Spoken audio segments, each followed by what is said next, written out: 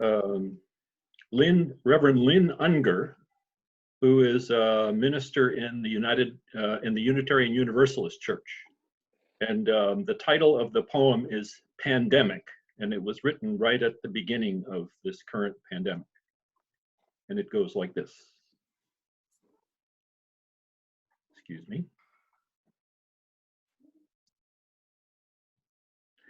What if you thought of it as the Jews consider the Sabbath, the most sacred of times? Cease from travel, cease from buying and selling. Give up just for now on trying to make the world different than it is. Sing, pray, touch only those to whom you commit your life. Center down. And when your body has become still, reach out with your heart. Know that we are connected in ways that are terrifying and beautiful. You could hardly deny it now. Know that our lives are in one another's hands. Surely that has come clear. Do not reach out your hands, reach out your heart, reach out your words, reach out all the tendrils of compassion that move invisibly where we cannot touch. Promise this world your love, for better or for worse, in sickness and in health, so long as we all shall live. That's it. Thank you. Since you're unmuted right now, why don't you start with the introductions? I think we have a few new faces around here. And I look at the names on my little screen, and so I will call upon you to briefly introduce you. At that time, please just unmute yourself and tell us who you are and who you're with, and maybe a couple other sentences. Okay, Doug. This is Doug Leach. I'm a member of Danville Congregational Church and am also the chair of the Racial Justice Working Group of the Multi-Faith Action Coalition. Joe. I'm Joe Kerner, and I work with Winter Nights as a volunteer grant writer. And I also, I'm now organizing SOJA until we kind of get back on our feet with Gwen. I think Gwen's going to be coming back this week. Joe, can you explain the acronym, please? Say what SOJA stands for. Social Justice Alliance of the Interfaith Council. Leslie. Hi, broadcasting for the last time from 1300 Boulevard Way. I'm Leslie with Trinity Center, and it's great to see everybody. Jan. Jan Warren with Lafayette Christian Church and Chair Pro Tem of this committee. Christoph Nauer, Pastoral Associate at St. Perpetua's. Joan. Joan Liston from St. Perpetua and perpetual recorder. Sophia. Hi there, Reverend Sophia DeWitt, Program Director with East Bay Housing Organizations. Good to see everybody. Gabriela. Gabriela Perez with Covia and Director of their home sharing program, Home Match in Contra Costa County. Elizabeth. Hi, everyone. I'm Elizabeth Nardi. I'm the Communications Manager with Shelter, Inc. Carrie. Good morning. This is Carrie Veering, Manager of Development and Outreach at Hope Solutions, formerly known as Contra Costa Interfaith Housing. Mark. Yes, this is Mark McMahon with St. John Vianney. I'm calling in for the first time on my phone because my internet's not working too well. Karen. Hey, this is Karen Hernandez. I'm the Faith Partnerships Manager with Habitat for Humanity, East Bay, Silicon Valley. Judith. Hi, this is Judy Stillman, and I'm the Executive Director of Winter Nights Family Shelter, also a member of Lafayette United Methodist Church. And I can't have my face showing because my Chromebook won't manage that. Okay. Ashley. Hold on one second. Hi, I'm Ashley Chulo. I'm from NAMI Contra Costa. I'm the media outreach coordinator and dual diagnosis specialist there, and I follow Surge with Doug Leach. Okay, then I have somebody that just says @thisdown.net. That's Dolores Logue of Concord. All right, Dolores. But I can't get the picture, but I'm on the phone. All I right. see you. You just can't see me. All righty. Well, welcome, everybody. So we need to look at the notes of our last meeting and either accept or correct them. And I think January had some corrections for Joan. Anybody else have any additions or corrections?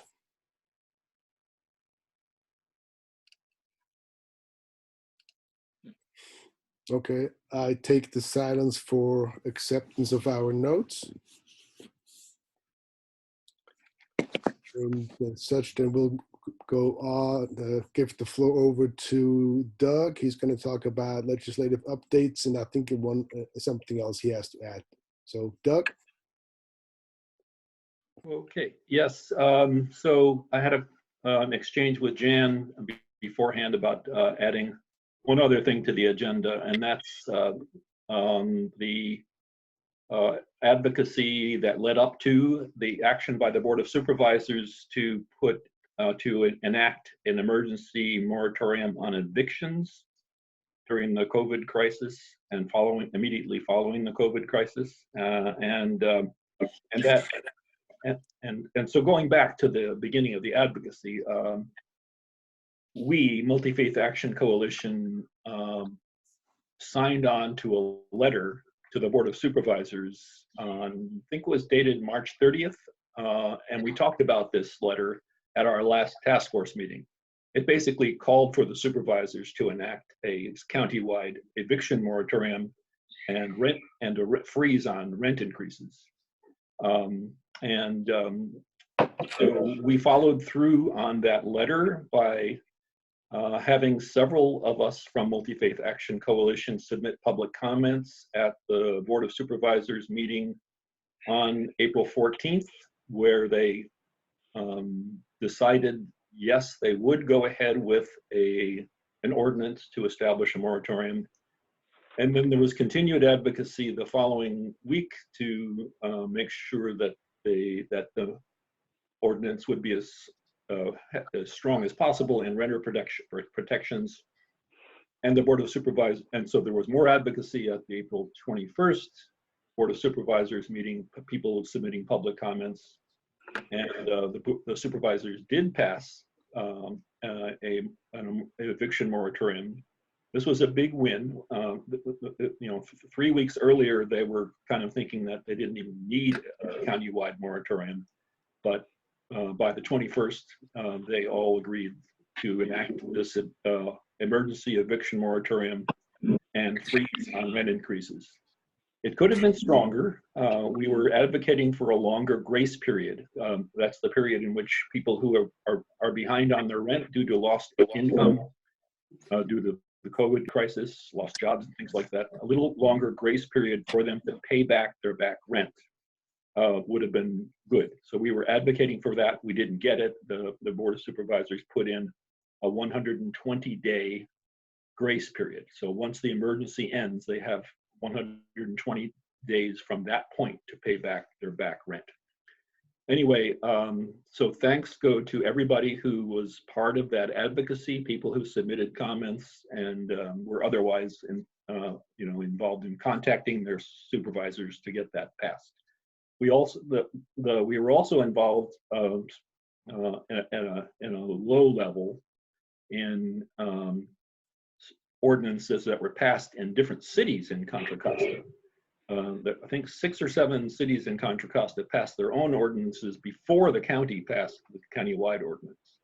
And those ordinances are still in place. If the provisions of the city ordinances are stronger than the county's, the city ordinance provision prevails. Whichever provision is stronger prevails. So it's good that we have a countywide ordinance, a countywide eviction protection. Oh, I should mention that one of the things that convinced the supervisors that we needed a countywide provision is that many people had the impression that the governor's executive order from the end of March really did provide an eviction moratorium, but it really wasn't true. What it really did was put a freeze on court actions associated with eviction proceedings. And the moratorium does more than that. The moratorium passed by the county does more than that. Anyway, that's a summary of what's happened, and I think things are pretty quiet on that front right now.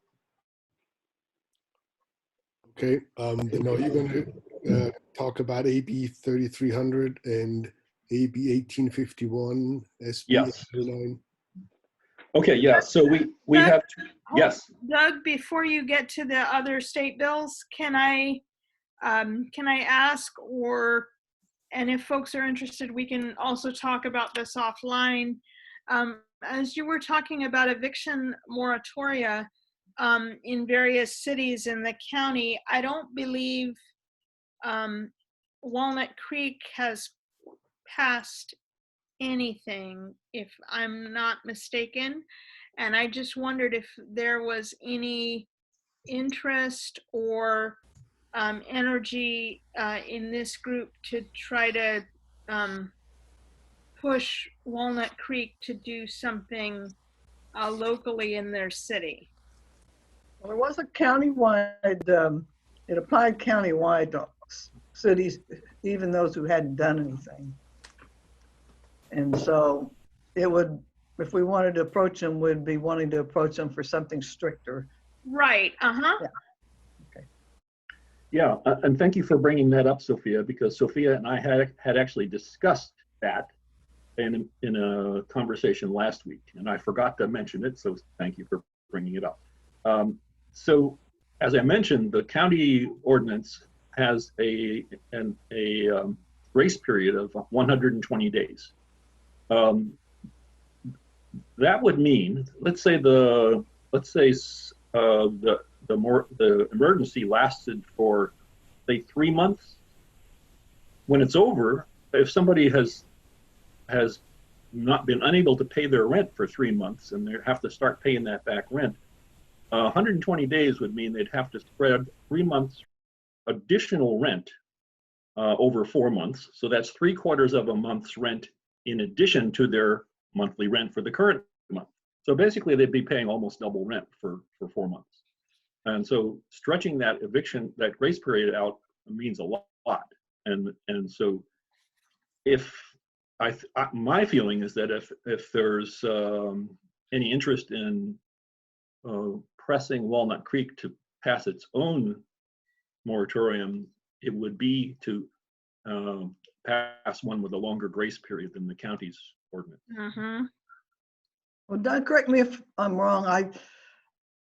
In order to get to what they agreed to, it sounded like they would come back and revisit it if need be and extend it if it, and so I think that if they find that, I'd rather do it for the whole county than try and do it just for the city of Walnut Creek, who, I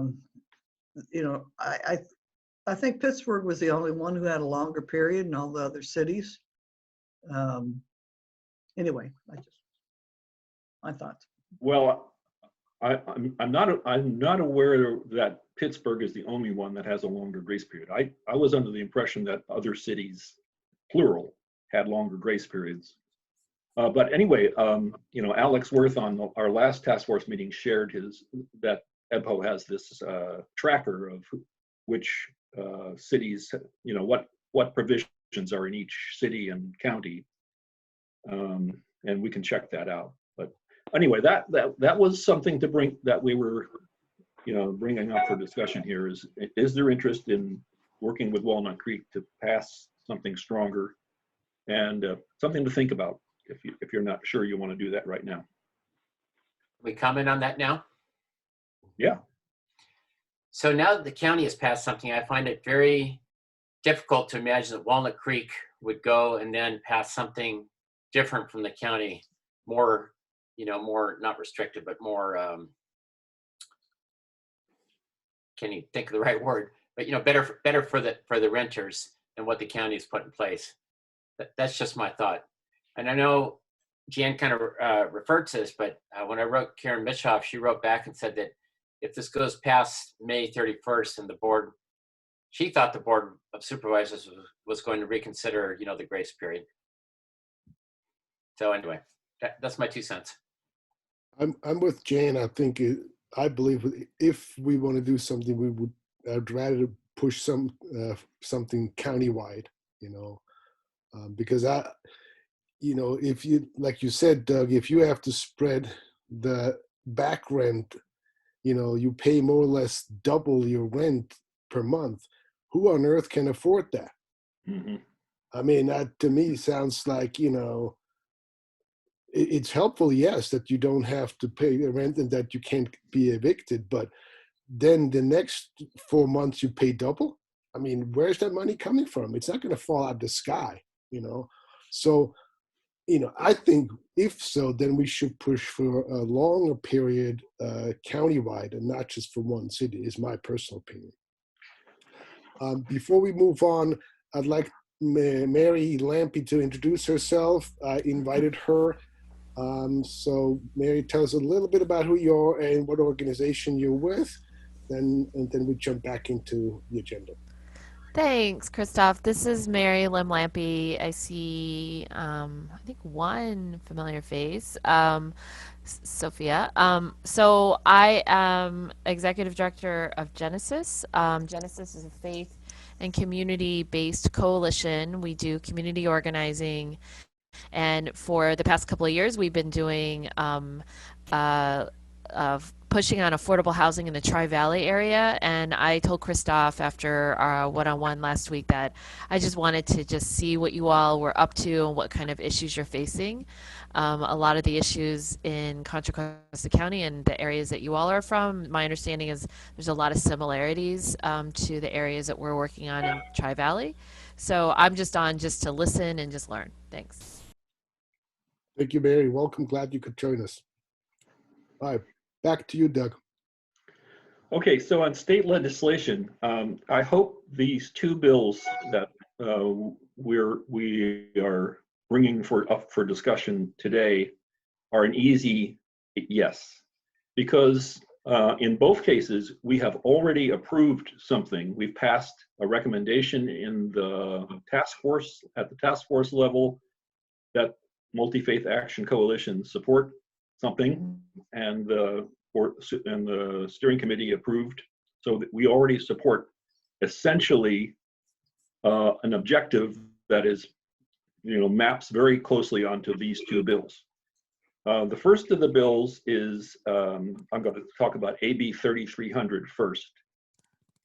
Assembly Bill 3300, which is called the Homeless Housing and Services Act, is a bill in the Assembly that would appropriate $2 billion in ongoing funds per year for really a flexible homelessness, a flexible program to provide services and housing to people who are homeless and at risk of homelessness. We already support, Multi-Faith Action Coalition does, at the recommendation of this task force, a budget ask or a budget request letter that was sent to the governor and legislative leaders requesting exactly this same amount of money and for exactly the same things as is covered in this Assembly bill. So this bill is basically part of the same process that is meant to achieve what we already signed on to support in the budget request letter. So that's all I want to say up front, and just make a motion that this task force recommend to the board, not to the board, that this Housing and Shelter Task Force recommend to the steering committee that Multi-Faith Action Coalition take a position in support of this bill.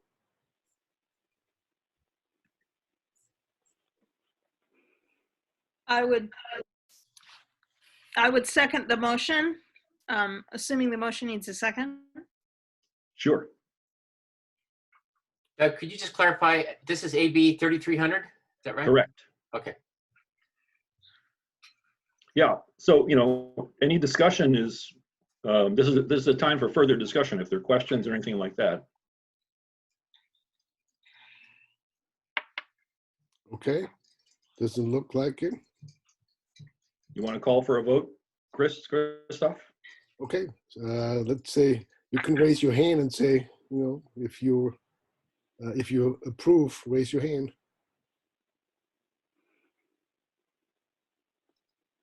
I see Carrie used the hand signal. Okay, works. Chan, I can't see your hand, but okay, there we go. All right, it looks like everybody is in favor of it, so that's good. Okay, and then the second bill, AB 1851, Assembly Bill 1851.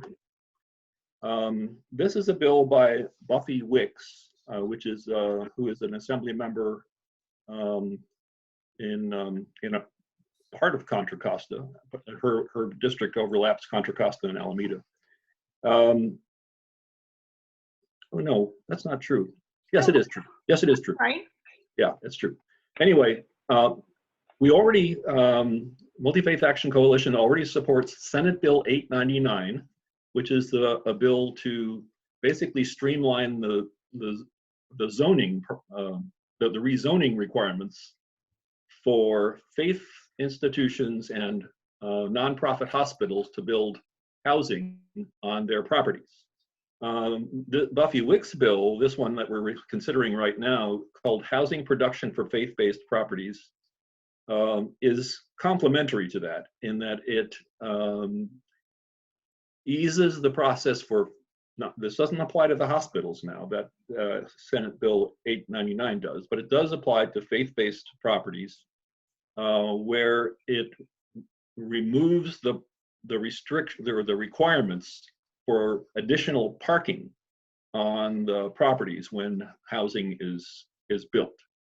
So it's another provision that will help lead to the same result of making it easier for faith-based organizations to build housing on their properties, provided that the housing is built for low-income people. So that's my summary. And I will make a motion that the Housing and Shelter Task Force recommend to the steering committee that Multi-Faith Action Coalition support this bill. I second that. And again, Doug, you said remove the zoning restrictions. Is that right?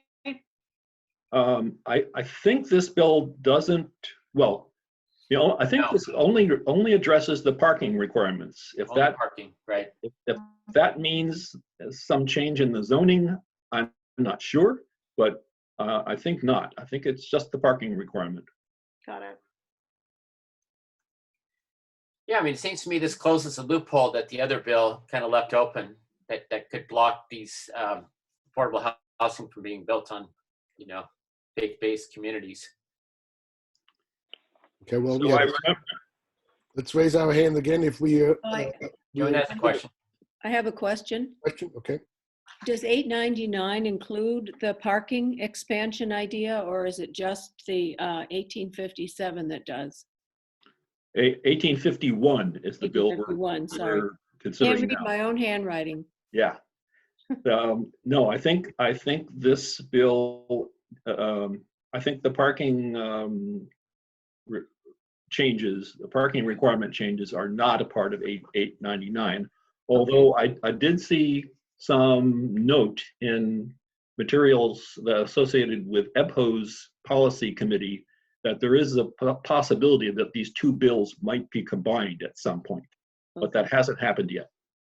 Okay. Yeah, the 899 refers to the zoning that Sophia was talking about, and The 1851 is the parking lot.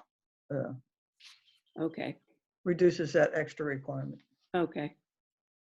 Okay, so we had the second, so if you're in favor, please raise your hand.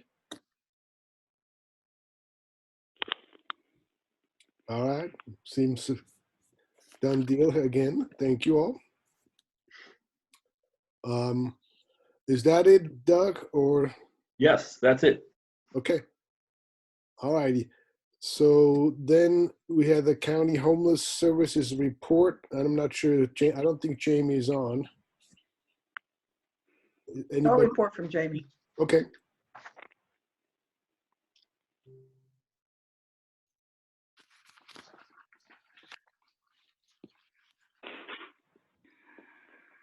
Well, Jan, you said you report for her, or there's no report from her? No report. Okay. Oh, I thought you said, oh, Let sorry. me just offer one highlight from our recent Council on Homelessness meeting last week.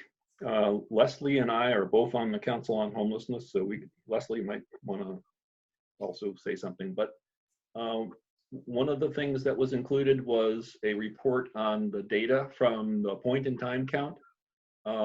You can, if you want to, you can go on the county's website. That's cchealth.org/H3, and you can find there an infographic. I think it's a 2-pager on the results of the 2020 point-in-time count that was taken in January. Basically, the total number of homeless people found in that count was slightly lower than in the 2019 count. I think it was 1% lower, and that's well within the margin of error of the technique. So basically, this year's point-in-time count detected no overall change, measurable change in the number of homelessness, the number of homeless in the county from the point-in-time count in January 2020. In the January 2020 count compared to the previous year's count. Anything to add, Leslie? She's talking to someone. Doesn't Doug, did you get the impression then they're going to use the same technique next year, or is that still up for discussion? That's still to be determined. One of the reasons that the county decided to try this version of the technique, which was very different from the 2019 technique, is that this is a year in which point-in-time count data is not required by HUD. Right. HUD requires the unsheltered count and requires the data from it every other year on the odd years. And so the county decided to experiment with a different procedure this year. And it's a question still to be made, a decision still to be made as to whether to carry that method forward to 2021, which would be a year count where the data is counted by HUD. It's just my impression that it was a less burdensome method of counting than what we had used previously. Yeah. Okay. I have a question on the point-in-time count. When I try to use those statistics, at least the overall statistics, they will give me the number of families that are homeless, but they don't give me the number of people in the families. So it's difficult to understand how many people that, are affected, and it also makes it difficult to write a grant. It looks like, Leslie, you're nodding, so you must understand what I'm talking about. Okay. I just want to say that. I don't know what else to do about it, but. So Joe, I understand that you have an interest in needing to have a clear understanding of the data for grant writing. That's beyond what most people need.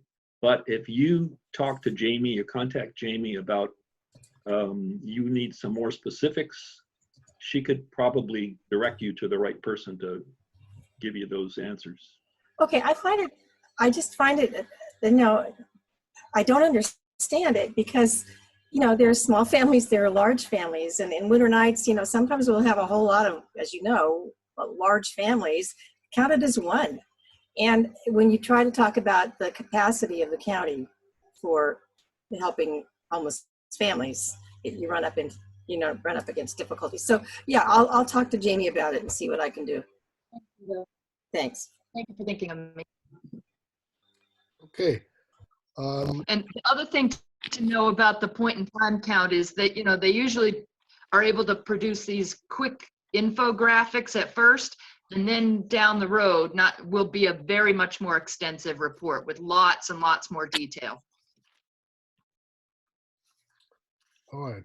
Let's go do the city report. Concord. Yes, I'm on the phone. Can you hear me? Yes, we can. Okay.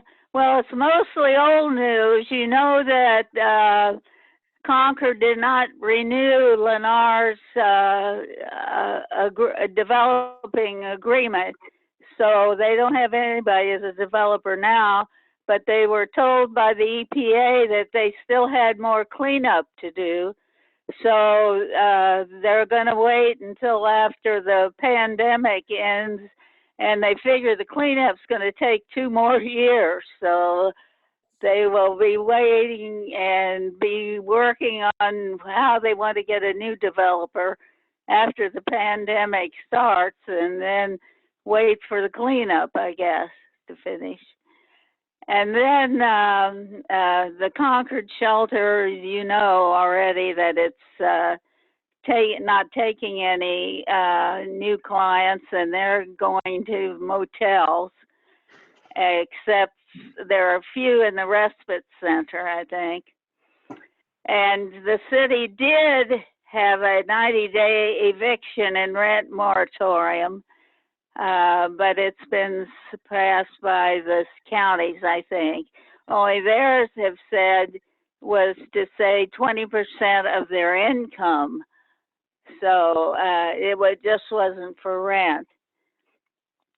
Let's see.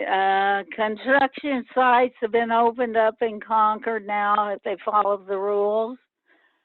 Farmers market's now opening.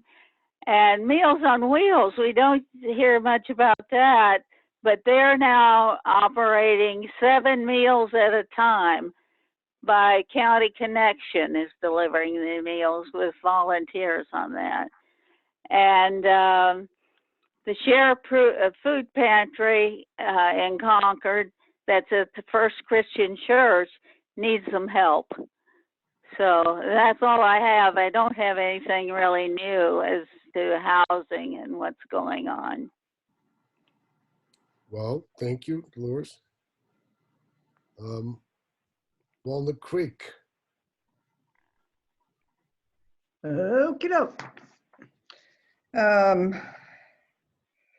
We had our monthly meeting, and gee, me, is this my notes from the right meeting? Anyway, we had gone out and we had a subcommittee for the safe parking lot, put out an appeal letter, and we needed $7,000 to extend the program another month, and we got a little more than 10,000. So we're anticipating an additional 5 to 6 weeks, and Leslie will be making every effort to extend it as long as she can. And it's still up on their website, on the Trinity website. If people want to continue to contribute, they can. Let's see, this doesn't even look like the right notes here, but at any rate, yeah, so we spent time on the vision statement. We kind of got that down, agreed on it. We're still working a little bit on the mission statement, and we spent a lot of time on new projects, things that we want to work on, and what those different projects would entail, and who might want to, whether they had any lead people to chair them, and encourage everyone to sign up and participate to make those work. So that's about it from Walnut Creek. All right. Do we have anything for Martinez and Pleasant Hill? I wrote up something for Martinez, but I'm not sure it's in.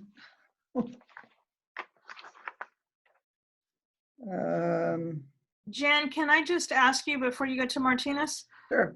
Were there any specific new projects that people were interested in Walnut Creek? You said you talked about them, but you didn't That's say. because I can't find my minutes, Sophia. Sorry about that. Okay, no problem. I'll drag them up here before the meeting's over. I seem to have picked up the wrong ones. In terms of Martinez, Nora Lee, a council member from Martinez, joined our meeting. I had heard about her through a friend, and all she and the chief of police and volunteers in Martinez just took the bull by the horns. And you know, we've talked before about the program with the Bay Church, who came and did the showers.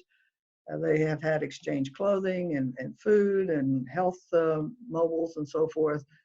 Well, once the COVID came around and they said you cannot evict people from encampments, and she found some folks who had set up home in the amphitheater in the park in Martinez. Well, she's got like 35 people down there now, and they've got tents and sleeping bags and electricity and refrigerator and dumpster, and she's a tough nut. You know, she runs a tight ship, and in addition to Ronald, who's with the police department, and it's being well run. If anybody, you know, hear the rules, if anybody doesn't follow the rules, you're out. And they're focusing on Martinez folks, and they're doing really well. They did take in one person from Walnut Creek parking lot program who wanted the opportunity to stay in one place instead of having to leave at night. And so they took her in. But I mean, the woman was just incredible to listen to. She just, you know, it's kind of like, I don't know, reminds me of war. You just do what you got to do, you know.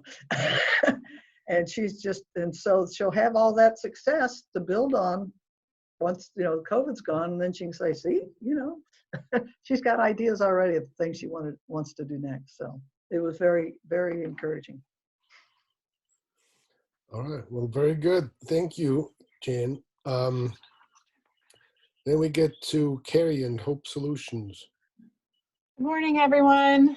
Oh, shoot, it's afternoon. Afternoon again. It's morning somewhere, don't worry. Well, I'm excited to see you all today. It connects me with the work we do in the community, so I just appreciate this time every month. I wanted to update you on a few things. Our essential work of providing permanent housing continues, and the last 2 months have been no different and been very busy. We housed 41 households in March, which was actually 60 people, via our rapid rehousing and housing navigation programs. And in April, we housed 11 households, which actually ended up being about 22 people. So we're looking at 82 people in the last couple months. So our teams are doing amazing work, and we're very proud of that and continue on. Busy times, but we continue to have issues and are working through making sure that our clients have food security. We've built partnerships with all the local pantries, and we've had to create our own channels for purchasing and delivering food safely to our residents, and that just goes on. So the list of people we partner with are very similar to the groups that you all are working with, and that we continue to funnel people through those groups because we know that they do it best. In some areas, we have had to supplement our more impacted communities by directly purchasing food and delivering groceries as well. So I said that a little bit before, but it's just been, you know, one of our team members has been sort of our point contact. If you know John Gallagher, he has just been amazing and establishing all of our food channels. So that continues. We've had a lot of questions about that come through to us. So we want to make sure that you guys know what we're doing there. In terms of engagement with opportunities within the community, I was connecting with Sanibel Arnold. As most of you know, she's our coordinator for volunteering and donating items. And one of the biggest needs that we continue to have in particular with the COVID 19 shelter-in-place restrictions is getting beds from our office to our clients when they are needed to be delivered. So basically what we've had to do is that we used to go and help them set up. So now what we basically need is just someone to literally pick it up from our site at Taylor in Pleasant Hill, and we're calling them porch drop-offs, and literally take that, because all of our beds come in boxes, so it's literally a door-to-door kind of thing now throughout the county. So that's an opportunity if you have anyone in your community who's looking to help out. We've not got a big response on that because we have a range of volunteers, but in the past, most of our volunteers have been our older population, and they're discouraged to go out right now. So we're looking creatively through our different constituent groups to get the word out about that. Last month, I talked about also our wish list around kids youth activity kits, and Sanibel has in the last couple of weeks been refreshing that. So given that our youth are homebound, we want to make sure that they continue to be actively engaged with things that will promote their learning. So we do have an Amazon wish list. It's on our website, on our volunteer page at hopesolutions.org. If any of the communities are interested in doing more with that, that list has been really helpful. We've received a lot of board games, but the learning materials are more popular. So those are the kinds of things that we're looking for. But again, the list is there. And the other thing that we've had a higher demand as we've had all these move-ins for gift cards to help get the little things that people need, like crock pots or toasters or things like that are not, that they don't have readily available. So those are sort of the biggest engagement opportunities. What I will say is that our homework club, most of you know that we have a homework club that we do for our youth, and we have adapted that program to virtual, and a lot of our, so we are having our tutoring online. We have a preschool going on online, which I can't even imagine 4- and 5-year-olds, but it's happening and it's wonderful, and our staff is working their magic. So we're working to continue to support that. And, there's a few folks that still don't have some of the technology they need, and that also remains a big demand to make sure that we're engaging those students with the work that they need to complete. Other than that, we are really at the point where, in this health crisis, where we're moving out of crisis management mode and more into maintenance mode. So we're going to evaluate going on, but we've had to move and shift a lot of things remotely, and certainly to stay in compliance with shelter in place. But we have a skeleton structure of staff at the office in the week, and everyone else is out in the field, and it's working really well for us right now, and we continue to pivot where we need to. Check. Any questions? Is there a preference on cards, types of cards? Target is always a great Target, Walmart, or Safeway tend to be the highest, are great opportunities. And the beds, are you talking about physical bed structures, or just the mattresses, or both? They're mattresses. Mattresses? What size are they generally? And will they come in? Oh, that's a really great question. I'm trying to visualize them. I mean, are they twin or double or queen or? They're usually double and singles, and they come in I want to say about a 4-foot box by. This is not helpful at all.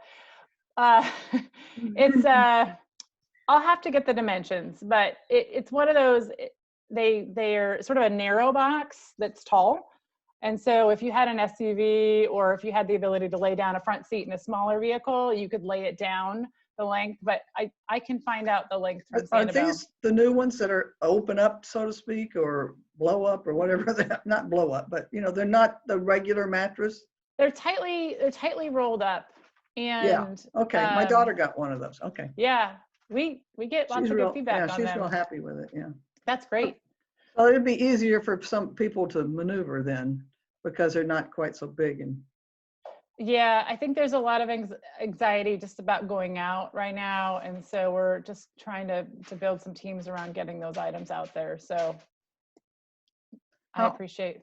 Yeah, so okay. Well, I mean, there's a lot of big guys that are in high school, you know.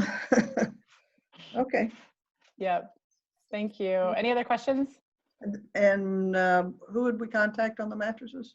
Sandoval still? Or? It's Sanibel. And you know what?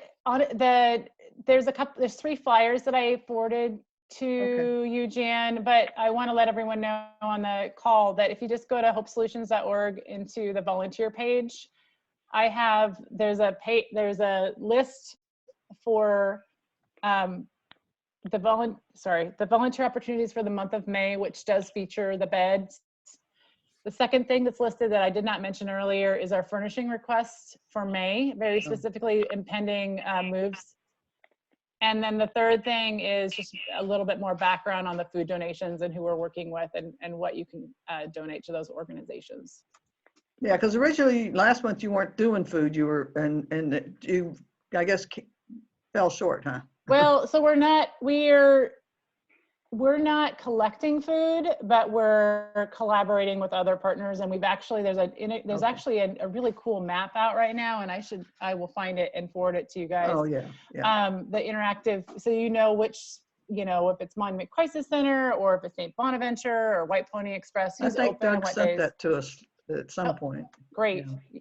So we're basically just having to be more interactive with our clients and getting things out to them and checking in on them, but we still will direct them through those specific channels. Okay, thank you. All right, EBHO is next. Hi, everybody. So for EBHO, we obviously we continue to do the legislative advocacy both at the state and the local level that Doug was speaking about earlier through our regional policy committee, and also we are checking in with our affordable housing provider organizations about the specific needs that they have in this time, particularly in some of the family properties, the inability of folks to pay rent due to loss of income is creating some concerns about the sustainability of properties long term. And as many properties don't have really huge reserves, and we're doing advocacy at the state and the federal level to try to ensure that affordable housing is recognized as critical infrastructure and that there is significant money that is put towards nonprofit providers to ensure sustainability of those housing resources. This is something that both the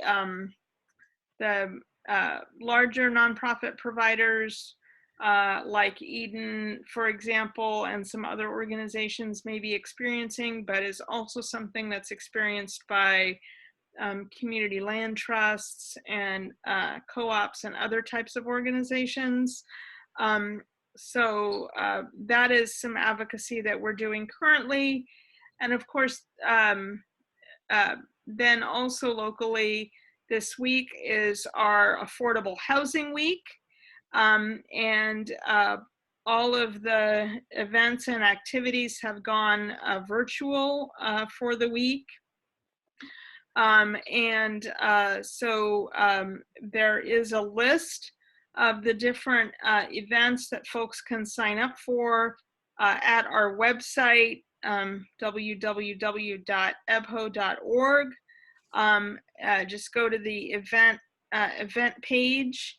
I'll mention just quickly that we have a month-long affordable homes for all. That's the theme for the week, virtual art gallery that we're asking folks to consider participating in. We've also got, there's a webinar on Thursday about advancing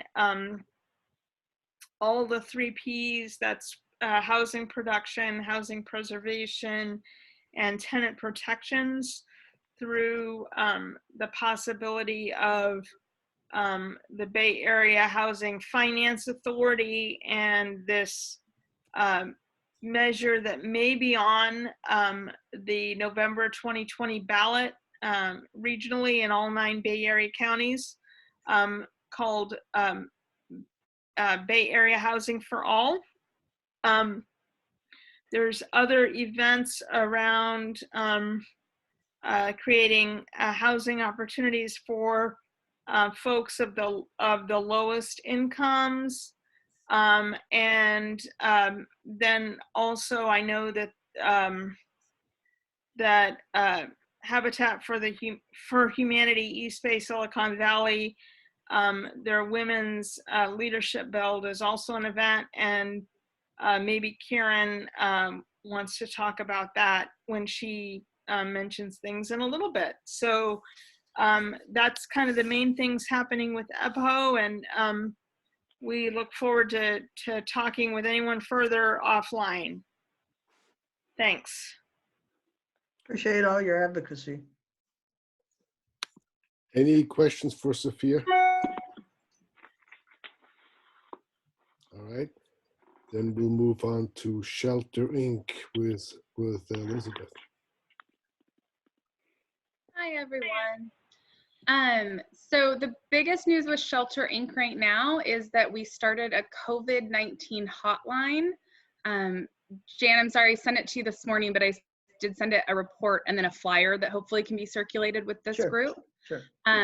So the COVID-19 hotline is like our eviction prevention hotline, but it's actually more wide open and allows people to call a special number. It also can be referred through 211 and helps people who are obviously being both affected directly by the virus, but really about any economic impacts they could have.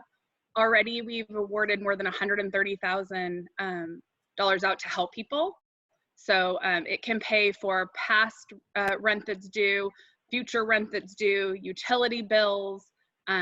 Also, there's some gift cards, food gift cards that have been purchased for families and individuals who need that, who are having trouble, just even buying groceries, as Carrie talked a little bit about. And then there's also referral services that we're offering from that as well. So that has been kicked off, and it's been extremely busy. We've seen, before it had really kicked off, we were, in this past month alone, we've seen an increase of over 300% calls coming in for people seeking this help. So we are getting great support funding-wise for it, and continuing to reach out and get funding for it because there is such a need right now. So that's the biggest thing. And if anyone needs that, there is a flyer that's been created that can be circulated for that COVID-19 hotline. And we still have our other prevention hotline as well, which is a little narrower of focus. So there's now 2 that are operating for Shelter Inc.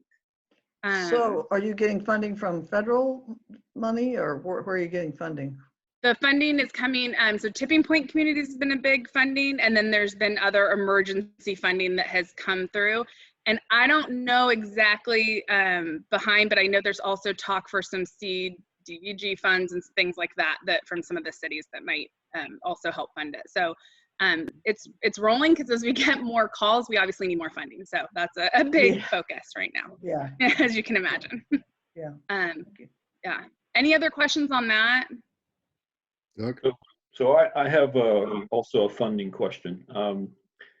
You mentioned some of the definitely some of the sources of funding and possibles, but I just wanted to ask a question about, does anyone know how the emergency funds that the county has started through the Contra Costa Regional Health Foundation. Does anyone know how those funds are being used? This is a brand new COVID emergency fund set up through the Contra Costa Regional Health Foundation. Doug, I can check, Doug, but I believe that some of the funding that we got for that is being used for this prevention, for this COVID hotline. I believe so, but I would want to check back in. But I do know that Shelter Inc. received that funding, and I'm like 90% positive that that's where that went. Yeah, well, that's good to hear, because the blurb on what this funding is for is for COVID-19 emergency funding for people who are dealing with crisis situations in Contra Costa County, and it sounds like that's exactly what you're doing. So sounds like a good use for those funds. Yeah. I can add something to that as well.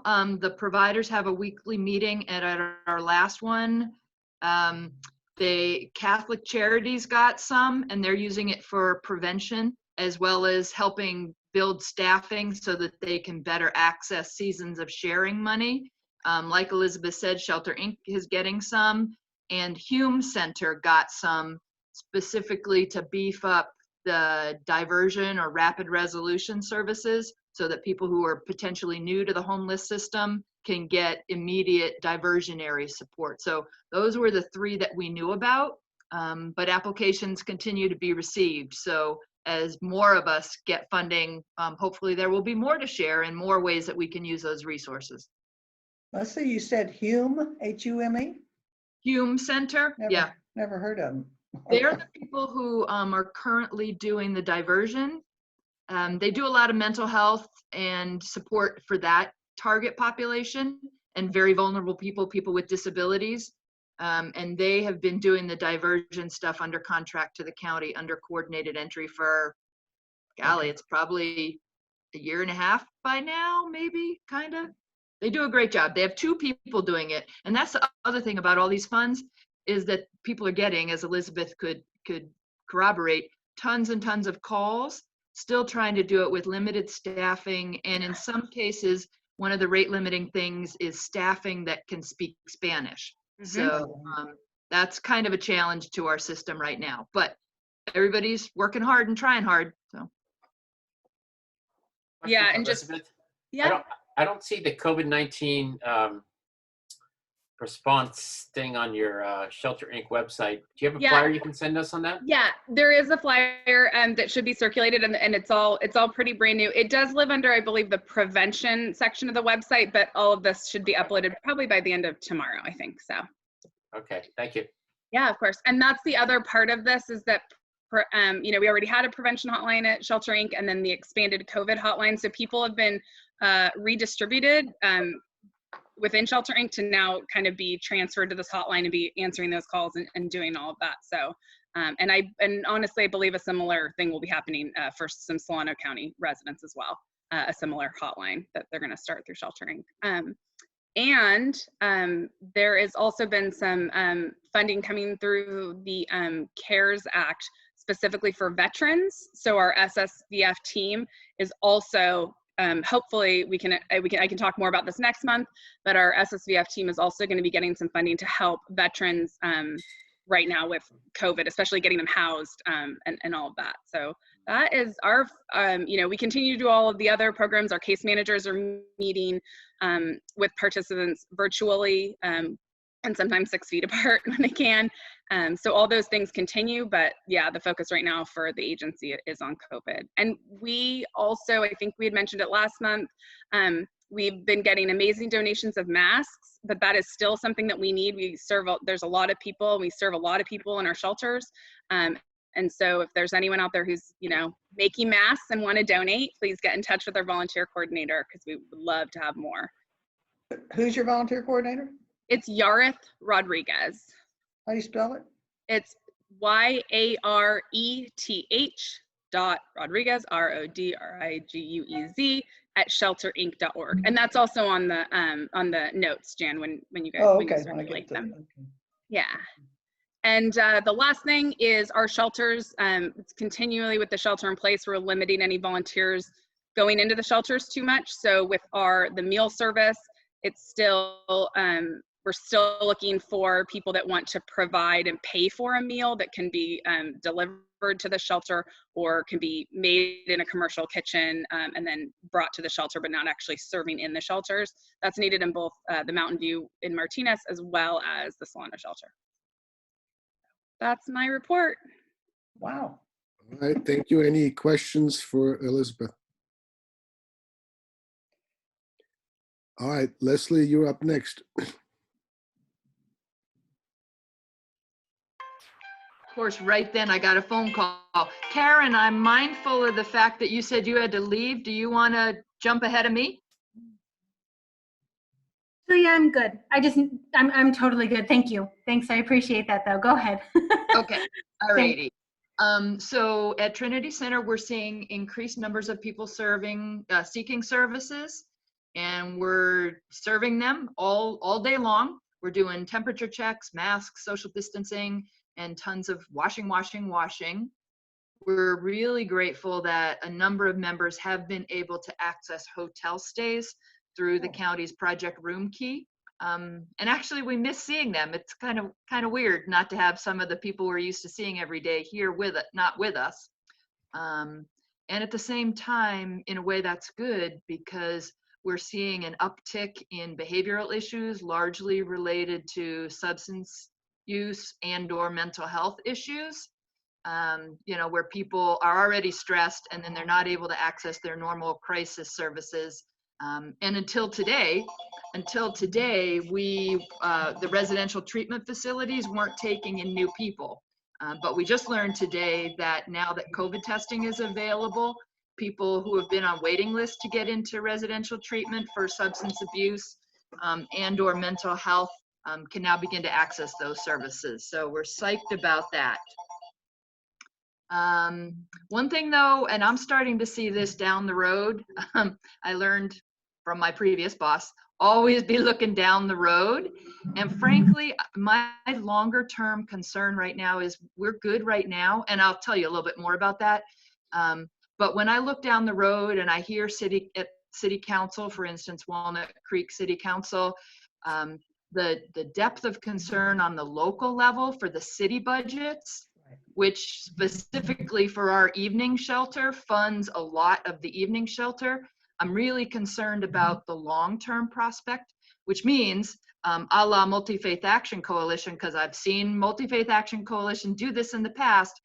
I think we need to start creating a plan and advocating for county, state, and federal funding to bridge that gap, or we're not going to be able to fund shelter services. And I bet the Winter Nights people are feeling the same way. If our funding long-term is related to local funding and the bottom is dropped out of their sales tax revenue, we need to be ready for that. So I'm just kind of putting that out in the atmosphere right now. Okay. But better news is our safe parking program is going well. As Jan said, we got an amazing response to the Walnut Creek Homeless Task Force's appeal. Actually, the donations so far are over 11,000, heading on towards 12,000. So we're good into the month of June, a little bit into June.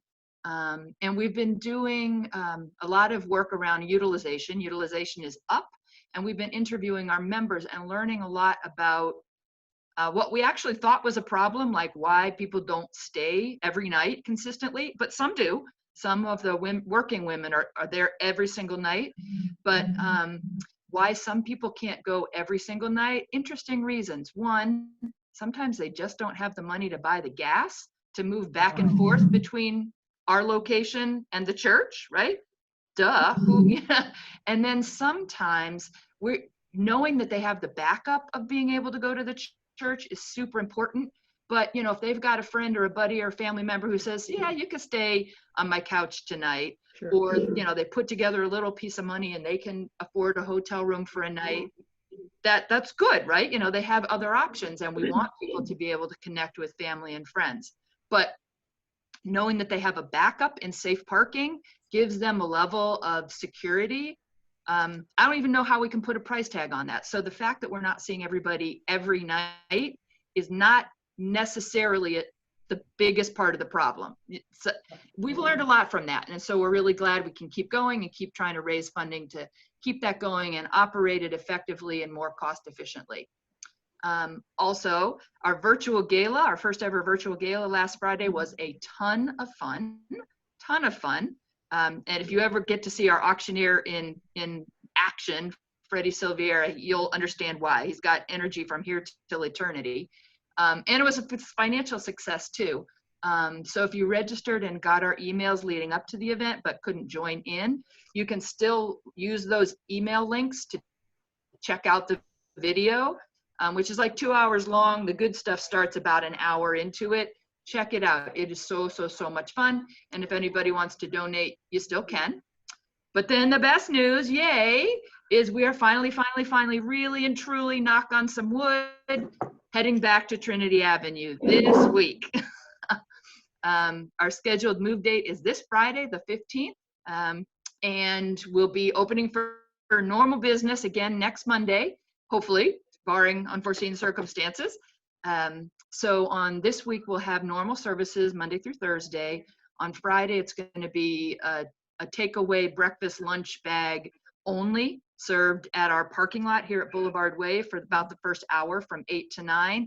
And then it's going to be chaos as the movers come and pull everything out and put it over in our new place. And then we'll open for business again on Monday, and we cannot wait till all this is over so we can start to have you see our beautiful new space and show it off, and join our members there and have all our volunteers back who we also miss so much. So that's kind of where we're at. It's all good, actually. So I'm happy. So.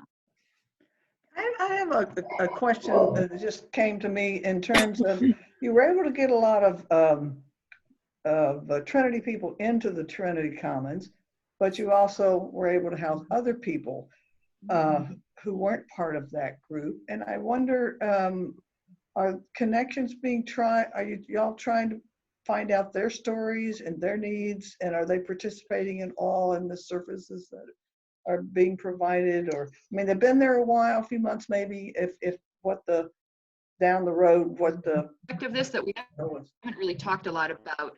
RCD, so Research Developer, has provided funding through their operating revenue for a contract with one of our member advocates. So some of the people over in that building will have member advocacy with our staff directly.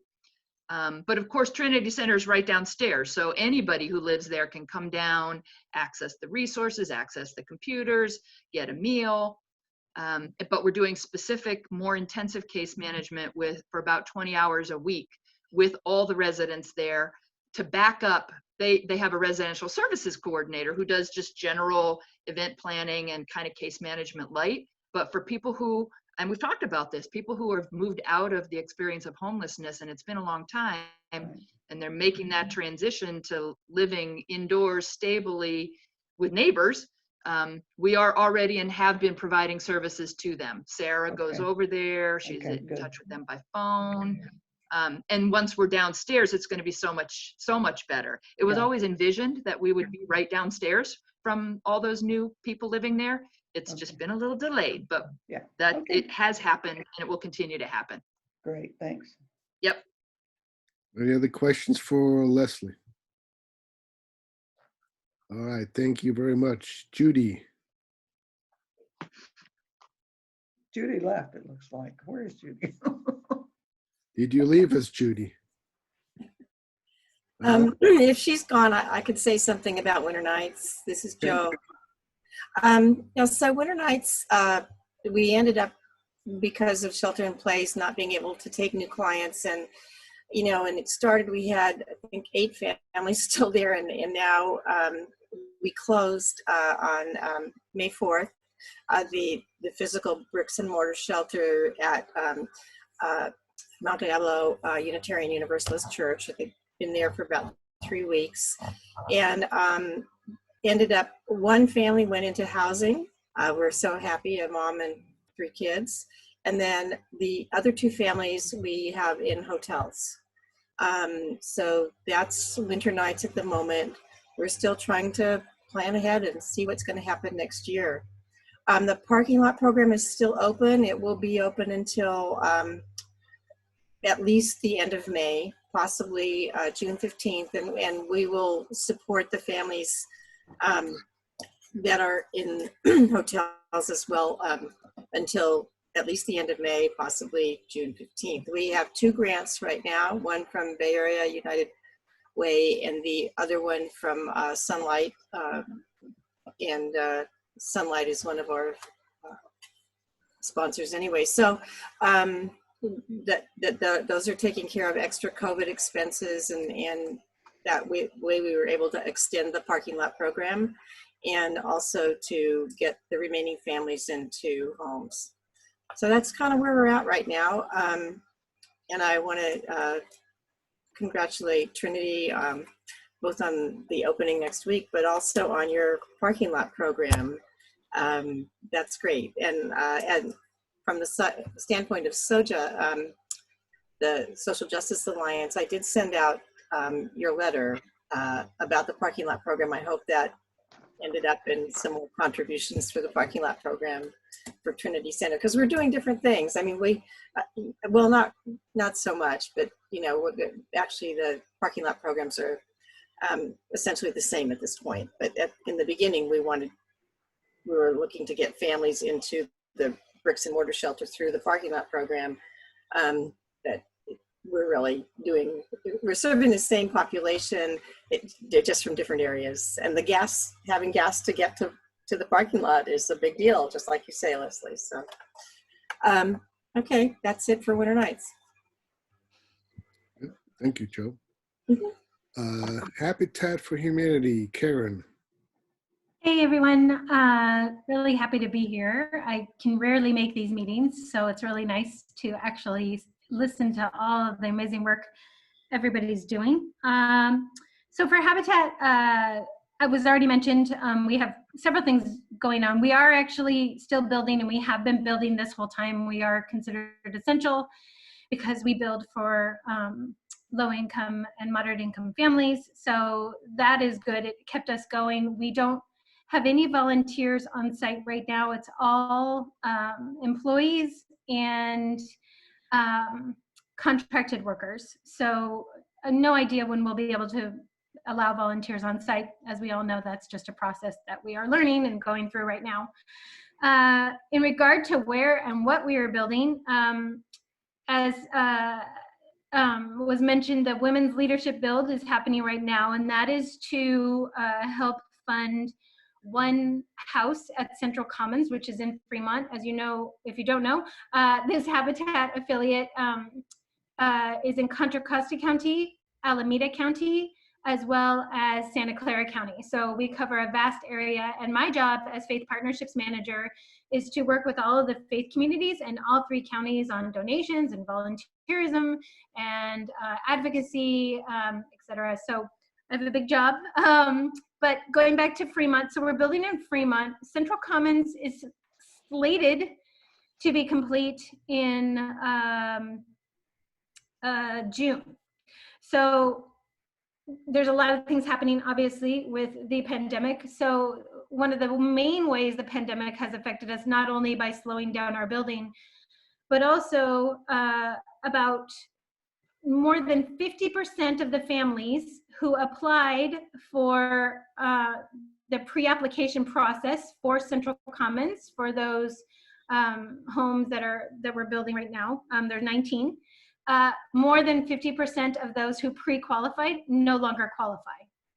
So that means that all of those people had a massive loss of income suddenly within a week. And so now we're trying to work with those people and those families in terms of what we can do to enable them to be able to move in. So it's just kind of, it's really affecting us that way. Like, how can we work with these communities that really need housing now, when we're counting on this, and now because of their income loss and everything else, it's affected their opportunity to perhaps, you know, get a low-income home. So the Women's Leadership Build is a virtual build, obviously. So women from faith communities, as well as businesses and corporations, are all taking part. And Anybody can opt in. I sent out the link, probably some of you received it. I know Jan received it. You can register. You don't have to donate, but it's just fun to kind of take part in the Women's Leadership Build. And if you don't have that, I don't have the link handy right now, but I can forward it to Jan, so you could opt in if you wanted to, just to kind of see what we're doing. We're still building our emergency sleeping cabins in San Jose for the city of San Jose, and we're also actually, Mayor Liccardo has a lot of foresight, and so we are building an extra set of cabins at a undisclosed location right now because we're dealing with a lot of not in my backyard people. But that is actually really cool that those cabins will be specifically used for those that are homeless who test COVID-19 positive. So that way they have a place to go off the street and are able to be in a place where they can isolate and be taken care of, as long as they don't have to obviously be in the hospital. So Sam Liccardo is pretty amazing in terms of kind of seeing that need and recognizing it. So we are, our contract was just finalized and we're building, but again, just there's a lot of stuff going on with politics, so it just hasn't really been officially announced yet. And in Contra Costa County, Esperanza Place is finally going to break ground in July. Finally, yay, I know. Breaking ground though means getting the ground ready to be built on, right? So it doesn't mean like actually building and framing yet. Building and framing will begin, the goal is March of next year. And just lots to do to get the ground ready. That will be 42 units of low and moderate income housing, as well as several, we're pushing for several very low income units for senior citizens. I don't know how many we're gonna have of those yet. It's all kind of up with the, our contract with the city of Walnut Creek and what they would like us to do and what we would like to do and all of that. But again, volunteer ready March, April of 2021. But at least we're finally getting started, which is exciting. We are also working on, and Jan and I talked about this when I had a meeting back in whenever that was, March or April, with people who were on the call, faith people. I am specifically working on a program where we have the emergency sleeping cabins built on land that belongs to faith communities. This is in no way or shape ready to go.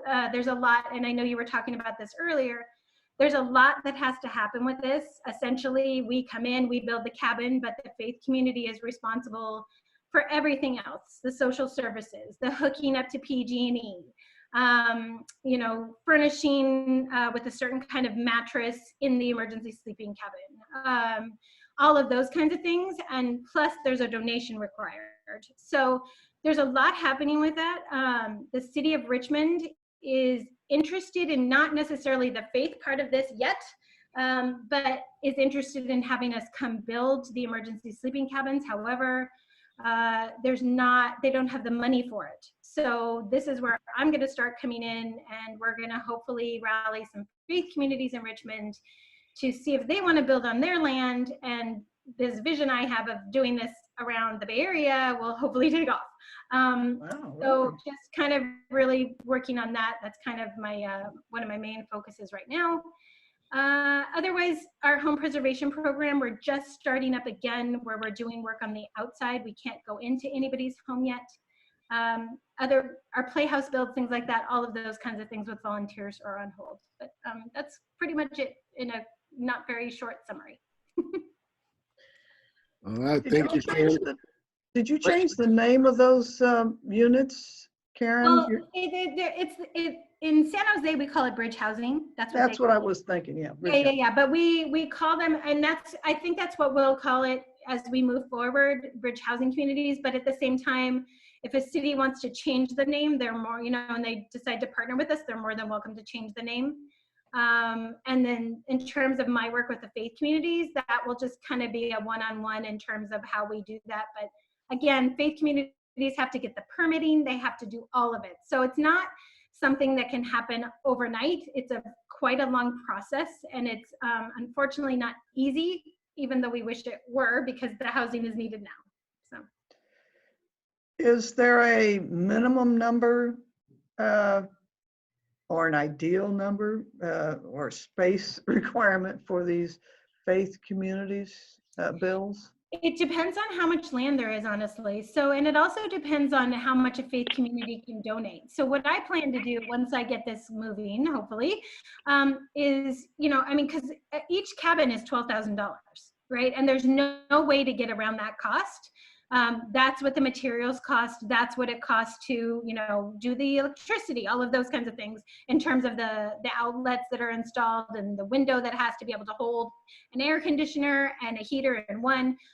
So there's a lot involved. And so with that donation, say if there's a small community in, I don't know, Lafayette or somewhere that really can't, well, Lafayette's a little bit more affluent, in, I don't know, Richmond or Martinez, where they really want to build on their land, but they just don't have that $12,000.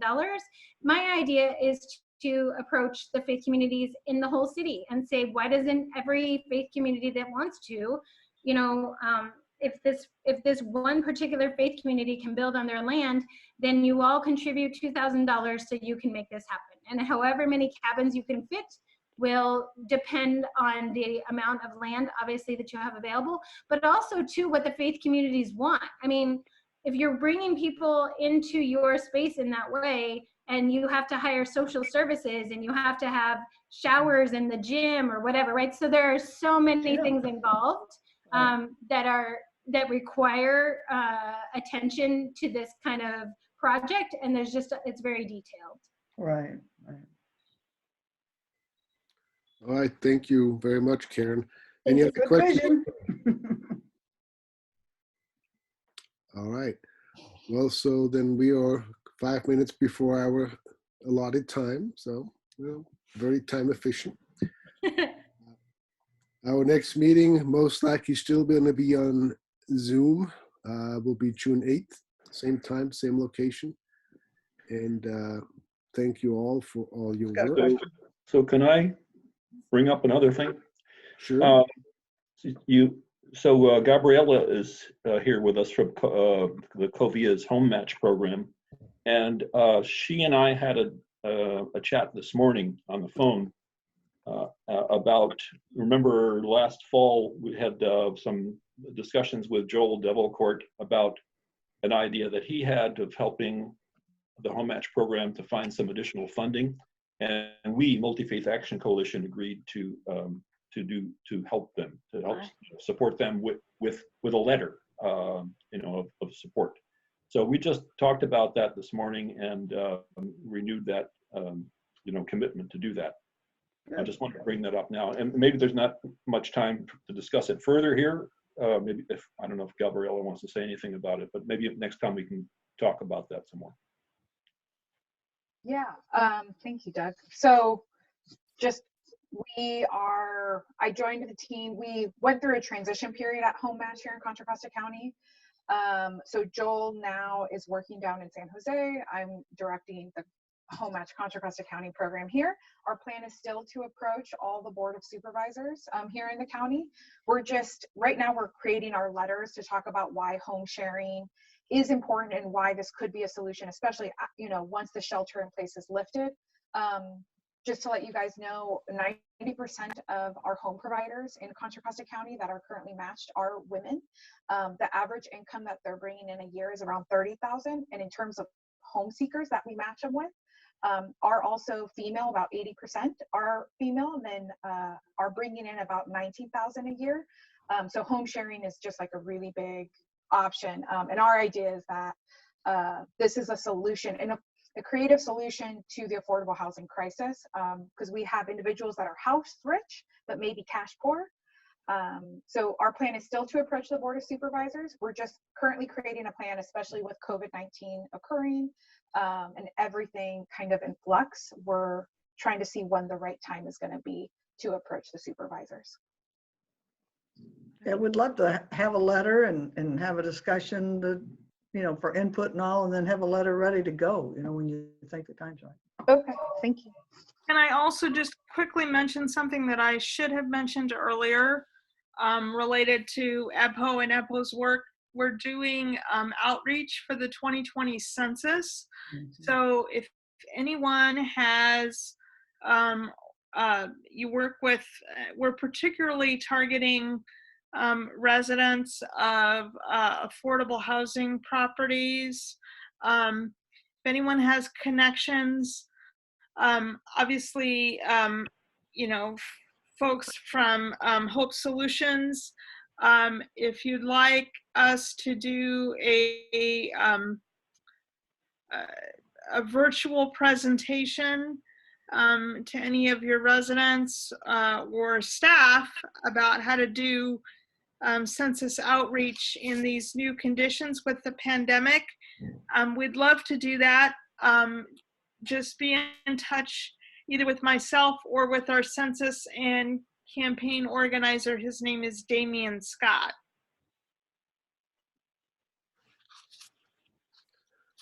Yeah, I think it's definitely a great program, because like you said, Gabriella, a lot of folks are house rich but cash poor.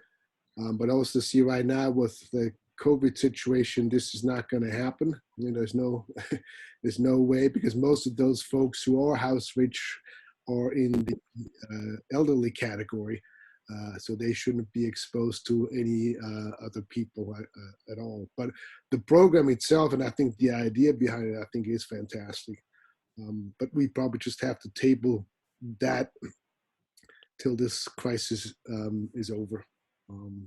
Sophia, is that Damien at ebho.org or? Yes, that's right. Damien at ebho.org. Okay, thank you. All right, so thank you, everybody.